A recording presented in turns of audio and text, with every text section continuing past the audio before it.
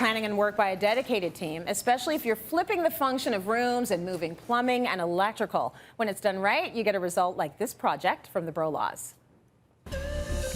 Welcome to our amazing master suite we just finished. When we got here, there was an old moldy bathroom on that side of the space and a little dressing room here and a wall that went right across the middle of the room. So we blew through that wall to create an open concept. You don't often see that in a master suite, but we've got this beautiful dressing room here now, and you might be wondering, where's all the dirty clothes? I am wondering that. Right? Well, there's a laundry chute built into the closet. So you can just throw all the dirty laundry into the laundry room and it magically disappears. There's also an ironing board around the corner. So it's little elements like this that you can incorporate into the space if you plan for it ahead of time. And talking about details, this beautiful concrete finished wall came out absolutely amazing. And another thing about this feature wall is the bottom. We didn't want it to end on a baseboard because that would just look too typical. So we have a recessed detail at the bottom. So that just looks like a shadow line going across the bottom of the wall. And then you'll notice this as well. This is a cold air return. We didn't want to have an ugly grate on here. So this is actually a custom cold air return as well. The same concrete finish so that it still is operational.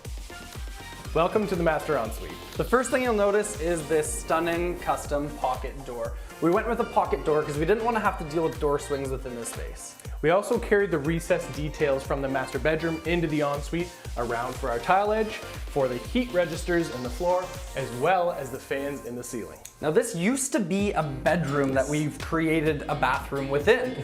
So a lot of things were dictated by where plumbing could go. We had to put the toilet over in that corner for structural reasons. And obviously the gorgeous tub had to go in front of this picture window.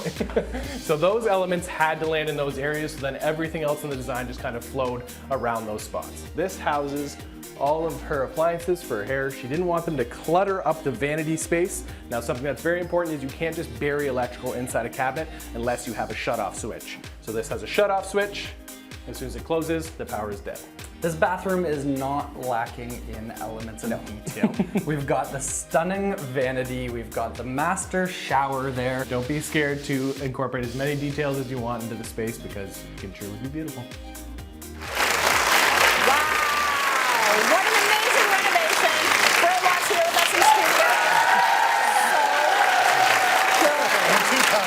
So good. So you guys are going to show us some of the elements that went into a reno like that, because a lot happened behind the scenes. Exactly. There was a lot of preparation that had to happen. Anytime you're going to move a bathroom, especially on the second story, you really have to make sure you're prepared to get the plumbing into the space. So this was the old bathroom. This is the layout of the house before we got there. Okay. So we had a wall here that we wanted to move. Let me show you here. So this we wanted to take out. We had the shower here. We had the toilet here. And we wanted to run everything into this space here. Okay. So we had a beam there that we couldn't run any big plumbing through. And then we knew this was our chase that we needed to get everything down to the basement. Okay. So that made our toilet have to live right there. And seeing as how we had a window here, we knew we wanted the tub to land right there. So the rest of the design could just kind of flow around those spots. But we really needed to make sure the mechanical could get into the space first and then work on the design. Once we knew all the mechanical was there, then we could just get rid of all the walls that we wanted to. We could just eliminate them. We got in there, we opened everything right up so that we had that blank canvas to work from, so that we could create that nice dressing room area in there. We had the island and we kind of matched that with the detail above the island to make it all work.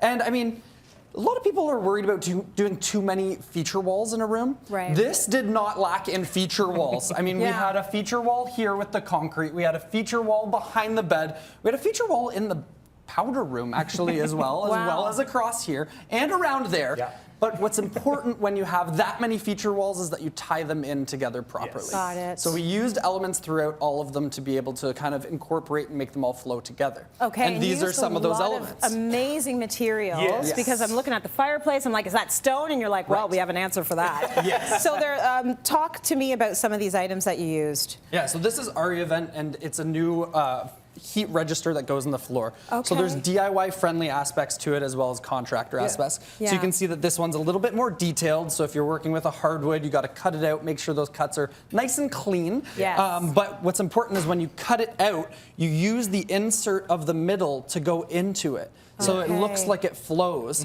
and it has the nice little shadow bead reveal edge around the outside of it, which is really, really modern and just completes the Clean. look. Yeah. Yeah, and we use these area vents as well for the cold air return underneath the fireplace, as well as in the ceiling for Okay. those vents that carry all the steam out of the bathroom. So these were really important to have in each space because they have these recessed lines. So that was a look that we could have in both the master bedroom and in the master bathroom as well. Nice. Yeah, it keeps the ceiling nice and clean. You don't have a grate on it. It just kind of Right. opens everything up. Everything's smooth. Exactly. right? And as well as that concrete wall that we had coming down. We didn't want the baseboard going across the bottom of it. Yeah. So we used some of these different trim elements. So all of these trims were used in this project. It Okay. wasn't just one piece. So this goes on the drywall and it creates that shadow edge across the bottom. So that way you don't have to have a baseboard. This comes down and meets Okay. the floor down there. So again, kind of carrying that reveal all the way around. Lovely. And then you talked about our concrete finish. These are Yes. just a few, Yes. and I mean a few of the different surfaces Can I hold one that of they're going these? to absolutely. Oh, so they're nice and light. So these aren't Yes. prefabricated. They come to site and do it on site. Okay. So when we wanted to do this concrete wall finish on the fireplace, we had looked at a few different options, tile being one of them with getting a concrete looking tile. Yeah. And this actually came in cheaper and more affordable than doing the tile. And Right. it has a clean finish all the way around. You don't have grout lines, you don't have seams. It's a perfect finish. So we did the drywall wall. Yeah. They came in and did this beautiful application to it, and it just turned out stunning. So that's like one big slab, you're saying? No, so he It's actually, it's several? hand applied. hand applied. So You can't they're, see any of the seams. no, Yeah. they're Oh, that's artists. So he amazing. just comes in and he works it on it and makes it look seamless and perfect. Beautiful. Yeah. Good. Okay, you need people that know what they're doing, right? This is really good.